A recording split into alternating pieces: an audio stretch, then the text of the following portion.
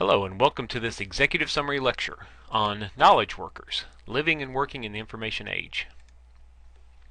There have been three major stages of human social and economic development, and each of these stages has been associated with certain tools that played a key role in each stage.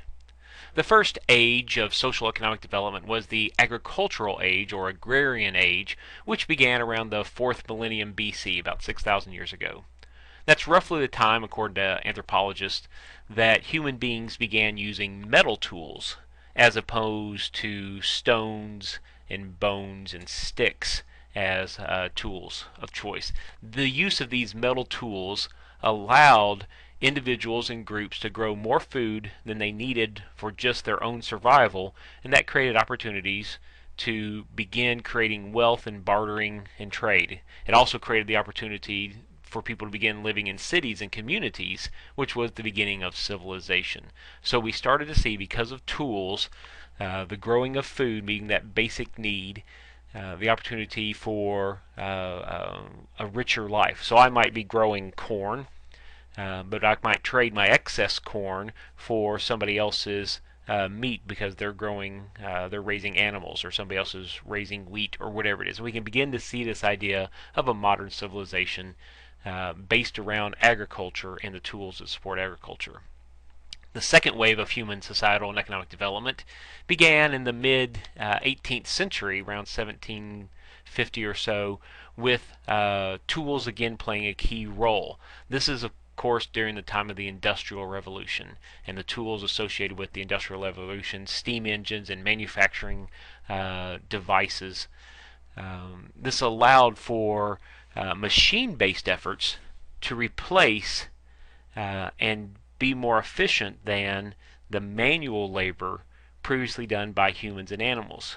And if we still had humans and animals doing work, they were aided by the Industrial Revolution machines, and they were more efficient.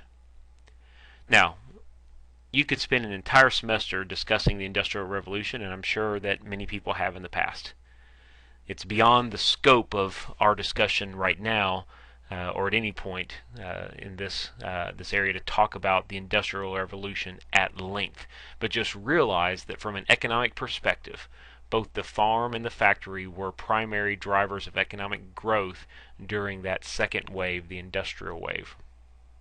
The third wave of human societal and economic development is the information age, with job opportunities associated with the production and the selling of information-based goods and services. There are around you now, there are more of these kinds of jobs and opportunities than you realize.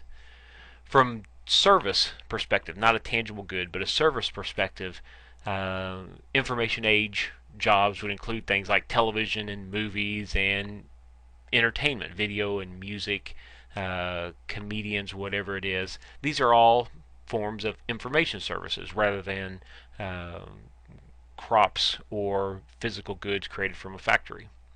Professional services, as part of this information age, would include jobs like legal and banking and insurance and market research, and those are just a few examples. But if you realize there are lots and lots of these jobs that, again, are not based on a farm and are not based on a factory, but are rather based on manipulating and working with information, proprietary information or public information. And they're all information-intensive jobs.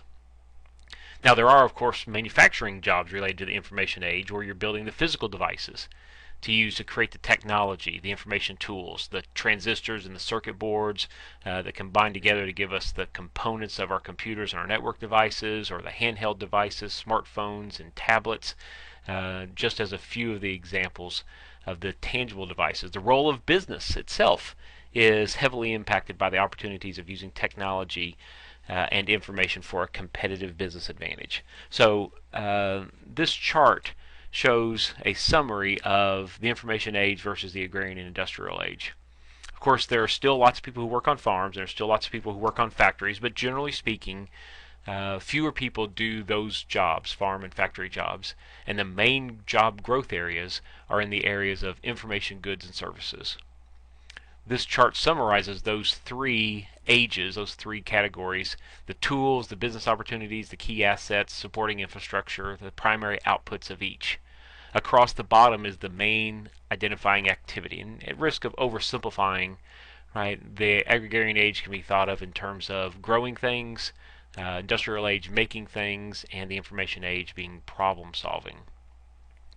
It's important to understand that fewer people are working on farms, even though people still work farms, and fewer people are working on factories, even though people still work factories. Those who do work on farms or work in factories are making use of modern technology tools to be more efficient than the farmers and the factory workers from years past. The newest and most innovative jobs are going to be related to the information age.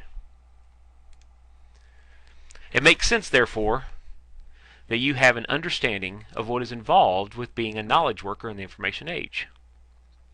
Now, it's important to realize that everyone uses knowledge to do their job.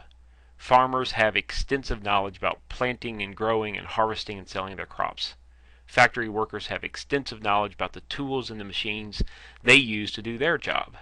So it's not an insult, or I'm certainly not saying it this way, and you would be wrong to take it as an insult to say that a farmer or a factory worker is not a knowledge worker or an information age worker. They clearly have knowledge and information. There's no jobs where a significant amount of knowledge is not necessary to do the job. But it's a difference in the information age from those areas in a variety of ways. We are right now in the early to middle stages of the societal impact of the information age, and it's difficult to say for sure what those changes will be, but we know they're coming and we need to be prepared. I like this quote from Barack Obama. Early in his tenure, he said that, talking about education, it says, we need to be preparing our students for the 21st century economy. There's a strong understanding that whatever lies ahead is going to be different than what we did in the past, and we need to be mindful of that and prepared for that. So information age knowledge worker jobs are different and more diverse than farm or factory jobs. Information age jobs are based on understanding and using the appropriate knowledge at the appropriate time. Architects build buildings, but every single building is unique. Unlike a factory worker who may be building widgets as the classic example, a nonsensical pretend example, and all the widgets are the same. In fact, in a manufacturing standpoint, you want things to be identical. You want them to be interchangeable and not unique. Information age jobs, everything's a little different, everything's a little bit separate. Lawyers argue cases, but each and every case is unique. Doctors treat patients, but each and every patient is unique. The ongoing changing nature seems to be one of those key characteristics of the knowledge involved with information age jobs, as opposed to farm and factory work, which are knowledge intensive, of course, but the knowledge does not change very much from year to year, and certainly not from day to day. I personally am a big fan of Neil deGrasse Tyson. I enjoy watching him on television. He's on Nova, on PBS Nova. He's an astrophysicist that does a lot of their programming there. He speaks on late night shows a lot, particularly those on Comedy Central. Even though he's not a comedian, he gets along very well with late night shows on Comedy Central. He's written a number of books, which I recommend, especially if you have a science background or interest. He's somebody that I would recommend reading. And Neil deGrasse Tyson is also someone I follow on Twitter, and a year or so ago he made this tweet, and I thought it was very interesting, so I captured it and said I want to talk about this in class. And here was what the student said. So I'm halfway through my first semester at Penn State studying physics and astronomy. Any words of advice, because Newton is throwing all he has at me, talking about Newton's 3 laws, objects in motion, and everything else about Newtonian physics in this introductory physics class. And Neil deGrasse Tyson says, physics is not about knowledge, but understanding. Physics problem sets are not designed for you to learn the exact problem given, but to change the wiring of your brain, leaving you thinking more deeply about the operations of the natural world. In other words, what I think Neil deGrasse Tyson is saying to this student is, don't worry so much about getting the right answer to a homework problem. Don't worry so much about the facts and memorizing the facts.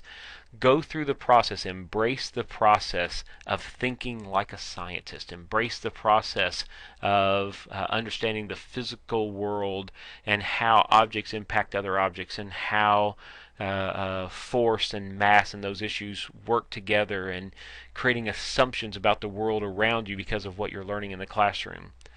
You want to think deeply about those subjects. That kind of illustrates the idea of a knowledge worker mentality. The fact that it's not the facts that you need to be comfortable with, it's the processes, it's the way that things relate to other things, because every day there's a new opportunity, there's a new issue, there's a new situation that you want to become aware of. There is a constant sense of excitement, would be one way of saying it. It might even be overwhelmingness of keeping up with information, but there is this constant sense of change, as opposed to farming, as opposed to factory work, where there's potentially some comfort in the fact that what you're doing tomorrow and a month from now and 5 months from now is pretty much what you're doing today. You kind of know, or what you did this time last year, or you did this time 10 years ago. But understanding the deep causes, understanding the real issues, so that you can make the right conclusions at the end, that's the advice that Neil deGrasse Tyson had for this student studying physics, and I think it's good advice for all students in all of their coursework. It's not focus on getting the right answer, but focus on changing your thinking, the way your brain looks at problems, and therefore the way your brain determines solutions. Okay, so our last slide in this executive lecture is to keep in mind the fact that the word worker is critical to the phrase. Everybody uses knowledge, and it's an insult to somebody to say, well, I'm a knowledge worker and you're not, as if to say you don't have any knowledge. What knowledge workers do is they do things with their knowledge. Doctors and lawyers and engineers and managers and farmers and teachers and sales professionals, everybody does things with their knowledge. But the key to being, I know I have farmers in that list, but even farmers today are using technology, and factory workers are using technology, and they are having to change. If you're changing as a farmer, and the way you farm this year is different than last year because you're using new innovation technologies, then you're a knowledge worker working on a farm. If you're working in a factory, and if what you do in the factory this year is different than what you did last year because new technology is being involved and incorporated into your factory job, then you're a knowledge worker working in a factory. Your mindset is that you want to be mentally engaged at all times in what you're doing. You can't kind of shut your brain off and go through things in routine. That's not what knowledge workers do. They're always mentally engaged. They're always doing things differently over time. That constant sense of change, I think, is a key thing to keep in mind when you think about the role of a knowledge worker. And how do you prepare yourself to become an outstanding knowledge worker in the 21st century? You become an expert in the field of your choice. Whatever it is you care about, you need to become one of the most knowledgeable people in the world on that area. You should be reading books and reading magazines and hands-on experiments and talking with people who have similar interests, and just being as immersed in that discipline area as possible, so that you can be as knowledgeable and as much of an expert as you possibly can be in that area, whatever that area is. Because you don't know what problem you're going to be solving tomorrow and next week and next year in that field, but the more knowledge you have relevant to your career, your interest, your job, the more successful you would be. And this student sent me this quote at one point a year or two ago, and I really liked it, so I kept it. I thought it was nice, and I'm sharing this with you as the last thing. The student said this to me: an information worker is someone who is constantly learning in their new job, constantly learning. Information workers are people like doctors, lawyers, real estate agents, and teachers. There are always